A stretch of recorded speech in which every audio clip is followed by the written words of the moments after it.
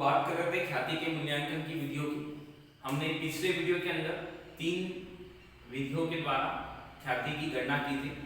आज हम इन आगे की 2 विधियों के बारे में पढ़ेंगे।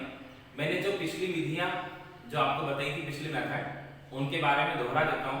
हमने वहां पर फर्स्ट औसत लाभ विधि, औसत भारित लाभ विधि और पूंजी अधिलाभ विधि, इन 3 विधियों के बारे में पढ़ा था और एक एक सवाल हमने तीनों विधियों के किए थे। अब आज हम इन दोनों विधियों के बारे में पढ़ेंगे। एक है आपकी पूंजीकरण विधि और एक है आपकी वार्षिकी विधि। पूंजीकरण विधि 2 प्रकार की होती है। एक होता है औसत लाभ विधि, औसत लाभों का पूंजीकरण करके, और दूसरा होता है अधिलाभ विधि के आधार पर, जिसे कहते हैं अधिलाभ का पूंजीकरण करके। लेकिन इसमें सवाल आपको अधिलाभ का ही लगभग दिया है, और यदि प्रश्न में भी कोई सूचना नहीं हो तो आप अपने हिसाब से इस सवाल को हल कर सकते हैं। हम इसको अधिलाभ विधि के आधार पर ही करेंगे। अधिलाभ विधि के 3 फायदे, मतलब 3 जगह उसका उपयोग हो रहा है। एक अपने आप में अधिलाभ में, एक पूंजीकरण में, और जो वार्षिकी विधि है वो भी अधिलाभ के ऊपर ही डिपेंड है। इसीलिए आप अधिलाभ को अच्छे से सीखें। अभी हम प्रश्न क्रमांक 20 कर रहे हैं। यहाँ पर एक फर्म की पूंजी 40,000 रुपए है और पिछले 3 वर्षों का औसत लाभ 5,000 है। यह मानते हुए कि इस प्रकार के व्यवसाय में साधारण लाभ की दर विनियोजित पूंजी की 10% उचित है। पूंजीकरण पद्धति से व्यवसाय की ख्याति ज्ञात कीजिए। आप सीखिए और देखिए कि पूंजीकरण पद्धति से ख्याति का मूल्यांकन किस प्रकार किया जाएगा।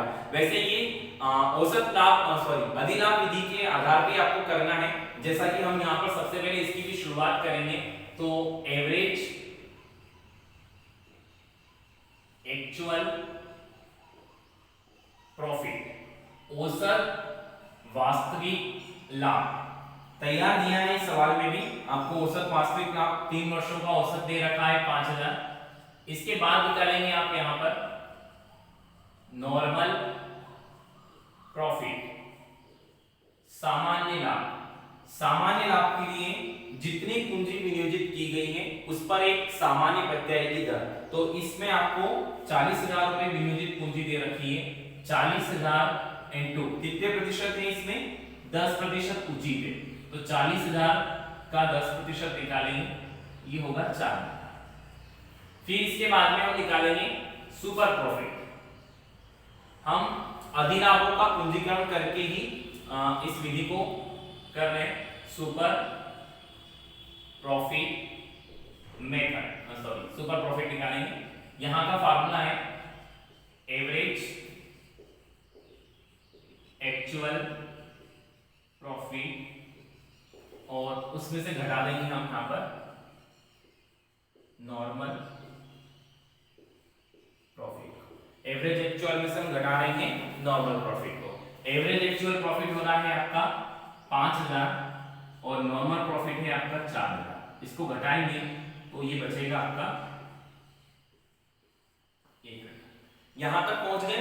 ये का ये प्रोसेस आपने अधिलाभ विधि में भी किया था, जो हम पिछले वीडियो में हमने पढ़ा था। तो उसमें भी हमने यहां तक की प्रोसेस तो हमारी हो चुकी थी।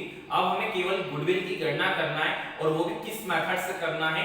पूंजीकरण विधि से। तो हमने यूज किया है यहाँ पर अधिलाभों का पूंजीकरण करके। तो पूंजीकरण विधि के अंदर आपको एक फार्मूला लगाना होता है, गुडविल बराबर सुपर प्रॉफिट इंटू 100, और डिवाइड करना है आपको नॉर्मल रेट ऑफ रिटर्न। ये आपका फार्मूला है। इसमें गुडविल निकालने के लिए फार्मूले का उपयोग किया जाता है। सुपर प्रॉफिट, सुपर प्रॉफिट कितना निकाला हमने? 1,000 into 100। Normal rate of return कितनी है? Normal rate of return 10%। प्रश्न में दी है आपको। यहां पर इस 0 से 0 कैंसिल, यहां 10 का मल्टीप्लाई कर देंगे 1,000 में, बन जाएगा कितना? 10,000। यानी कि आपकी जो गुडविल है फर्म की वो कितनी होगी? 10,000 रुपए। ये पूंजीकरण विधि है, और इसके अंदर आपको अधिलाभ विधि का ही उपयोग करना है। अधिलाभ विधि में हमने यहां तक का सवाल तो किया था, बस एक्स्ट्रा क्या ऐड हो रहा है इसके अंदर? यहाँ फार्मूला है। आप ऐसे भी याद रख सकते हैं कि अधिलाभ विधि के अंदर क्रय के वर्षों का मल्टीप्लाई किया जाता है और पूंजीकरण विधि अगर अपने को अपनानी है तो पूंजीकरण विधि के अंदर आपको एक फार्मूला लगाना होगा और वो फार्मूला होगा सुपर प्रॉफिट इनटू 100 अपॉन में नॉर्मल रेट ऑफ रिटर्न। मैं ये भी बता देता हूं कि यदि अगर औसत लाभों का पूंजीकरण करना हो तो वहां पर भी कोई चेंज नहीं होगा, औसत लाभ निकालने के बाद फार्मूला यही लगेगा। यहां पर हम सुपर प्रॉफिट की जगह पर एवरेज प्रॉफिट इनटू 100 अपॉन में वही नॉर्मल रेट ऑफ रिटर्न करेंगे। ठीक है, तो ये आपकी पूंजीकरण विधि थी। अब हम हमारी जो आखिरी पद्धति है, आखिरी मेथड है वार्षिकी विधि का सवाल करेंगे। प्रश्न क्रमांक 26।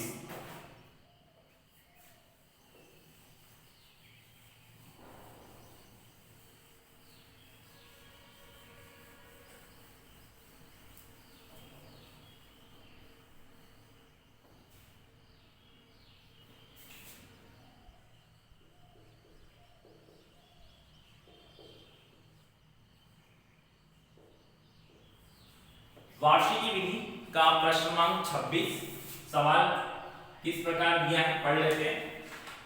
एक फर्म की पूंजी 1 लाख रुपए है, सामान्य प्रत्याय की दर 10% वार्षिक है। वार्षिकी विधि के अंतर्गत 1 रुपए की वर्तमान वार्षिकी का मूल्य आपको दिया है 2.48685। 3 वर्षों के लाभों का औसत 12,000 है। वार्षिकी विधि से ख्याति का मूल्य निकालिए। देखिए पहले तो सब यहां भी ये जो मेथड है ये भी अधिलाभ के ऊपर ही डिपेंड है। आपको जितना आप अधिलाभ में सीख कर आए हैं वो तो यहां पर भी करना ही है। सबसे पहले हम average actual profit,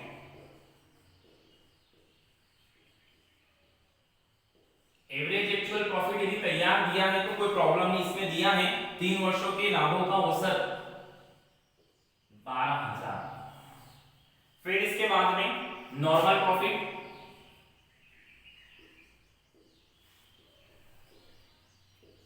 normal profit के लिए कितनी पूंजी विनियोजित हो रही है यहाँ पर 1 लाख और उस पर सामान्य प्रत्याय की दर 10% है। यदि 1 लाख का 10% हम निकालेंगे तो हमें यहाँ पर मिलेगा 10,000। फिर इसके बाद में सुपर प्रॉफिट जिसका फार्मूला है average actual profit minus normal profit.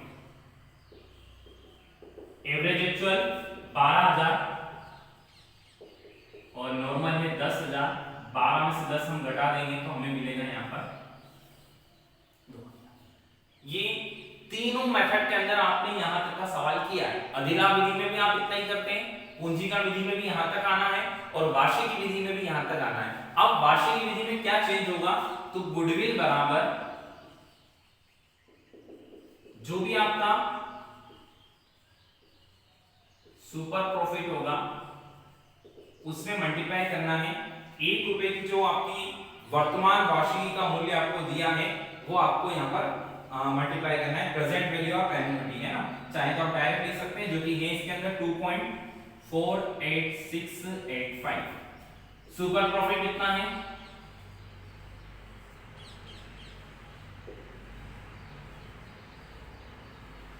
इसका मल्टीप्लाई करना है।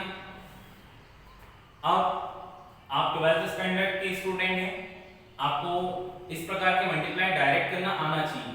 मेरे हिसाब से आप लोग शायद ये वाली पद्धति यहाँ पर अपना भी सकते हैं, जैसे कि 2.48685 फिर मल्टीप्लाई करेंगे आप इसमें 2000 का। मैं मानता हूँ कि इस टाइप से आप कर सकते हैं, लेकिन मैं आपको एक इसी में तरीका बताता हूँ कि आप अभी इन जीरो को भूल जाइए और यहाँ पे 2 का मल्टीप्लाई कर दीजिए। ठीक है, 2 से करेंगे तो 2 पंजे 10 की 0, 80 1, 8 दूनी 16 और 1 17 की 7, फिर 80 1, 6 दूनी 12, 12 और 1 13 की 3, फिर 80 1। ठीक है, 8 दूनी 16, 16 और 1 17 की 7, 80 1, 4 दूनी 8, 8 और 1 कितना होगा 9। ठीक, फिर बचा क्या आपका 2 में 2 का मल्टीप्लाई, 2 दूनी 4। ठीक, मल्टीप्लाई कर दिया। अब हमने जीरो नहीं लिए थे तो जीरो यहाँ पे लगा दो। कितने जीरो लगाने अपने को 1 2 और 3। ठीक है, अब दशमलव के बाद कितनी संख्या थी 1 2 3 4 5।